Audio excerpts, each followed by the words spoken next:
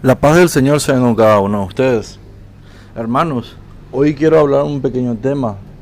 Si realmente, ¿por qué debo creer las tradiciones de la iglesia? ¿Acaso Jesucristo no había rechazado las tradiciones? Por supuesto que no. Al contrario, Cristo ha establecido y ha vivido las tradiciones del pueblo judío. Se ha circuncidado como parte de ese pacto de la antigua alianza, y en él se recrea, ya da a luz esa sombra que presentaba en el Antiguo Testamento. Jesús con su madre fueron a peregrinar, y Jesús se separó de su madre y se fue a esconderse en el templo. Todas estas cosas pasaron y él vivió claramente. En él se cumplieron las escrituras, que el Cordero sería entregado y sacrificado. En él se representa también el pan bajado del cielo del Éxodo, la liberación. Es importante que todo esto se hubiese cumplido, y Jesús mismo dice, todo esto se ha consumado en la cruz.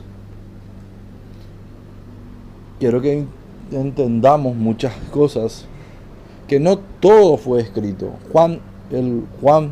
El apóstol Juan lo dice claramente. Hay muchas cosas que Jesús hizo y no alcanzaría el mundo para escribirlas. En los últimos versículos de la segunda carta de Juan y el Evangelio según San Juan. San Pablo también constantemente nos dice: guarden las tradiciones que hemos dado de forma oral y escrita. ¿Por qué todo esto es importante? La tradición ayuda a conservar la correcta interpretación. La necesita de una institución, porque el Espíritu Santo ciertamente susurra, inspira con gran fuerza, pero el hombre distorsiona. ¿Cuántas veces hemos escuchado de aquel pastor que ha anunciado el fin del mundo? Es más, han muerto muchos que han dicho que se acabará el mundo. ¿Cuántos dicen que el anticristo ya llegó, que es el Papa? Y han muerto cuántos papas y no ha llegado el fin de nada. Es más, solamente ha llegado el fin de sus vidas terrenas. No se ha cumplido nada de sus interpretaciones. Antiguamente no había escritura bíblica. Se estaban escribiendo, cuando en 2 Timoteo dice que toda escritura es inspirada por Dios para corregir. Pero cuando establece esta carta de Timoteo, no estaba escrito el Evangelio de Juan, pero ya estaba la didache, que es el catecismo que se utilizaba de los apóstoles, que no está incluido en la Biblia. ¿Quién define todo esto? Si esto sí y esto no. Pues la Iglesia, en el Concilio de Roma, establece que estos libros son inspirados por Dios. No 66, no tal número, sino son establecidos por la gracia de Dios, por medio de su Santa Iglesia. Elegidos, porque dice también la Escritura, toda autoridad viene de Dios. Hay que entender esto. La mayoría de las denominaciones creen que la Escritura es suficiente. Y yo te pregunto, a vos, hermano no católico, a vos, hermano católico que no cree en la autoridad de la Iglesia, ¿por qué, si la Escritura es suficiente y no hace falta más?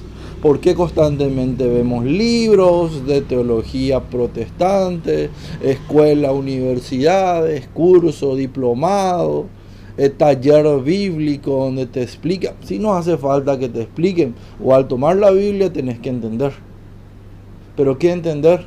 Entender cómo lo hacen los evangélicos, cómo hacen los pentecostales, cómo hace Luz del Mundo, cómo hace Nueva Jerusalén, Ejército de Salvación, cómo hace la Iglesia Universal, cómo hacen los mormones, cómo hacen los testigos de Jehová, y puedo seguir. Ninguno cree lo mismo. Si la Biblia era suficiente y no necesitaba de una iglesia que medie en los procesos de conocimiento y transmisión de la fe, entonces todos deberían de creer lo mismo. Al agarrar una Biblia, esta es la verdad y no se discute. Todos somos parte de una iglesia y entramos en una utopía que no se alcanza en este mundo, lastimosamente. Pero encontraremos la verdad cara a cara en la gracia de Dios, en presencia de Él. Pero mientras debemos de luchar por la verdad, defenderla, proclamarla, anunciarla por todos lados. Pero ¿qué verdad? La verdad que se ha conservado. ¿Qué pasa con los evangélicos? Ellos no creen lo que hace 50 o 100 años. Ellos rechazan las imágenes. Pero preguntarle si tenían o no imágenes las primeras iglesias evangélicas, los primeros templos evangélicos en los primeros siglos. Pues no las tenían. Las Biblias más antiguas tenían imágenes y tienen aún conservadas en las primeras imágenes que están en el video. Imágenes en la catacumba de los apóstoles, de los sucesores, de los papas, de la Virgen María, escritas en libros, en imágenes, estatuas, en las paredes de la catacumba donde se escondían, y eran catequesis.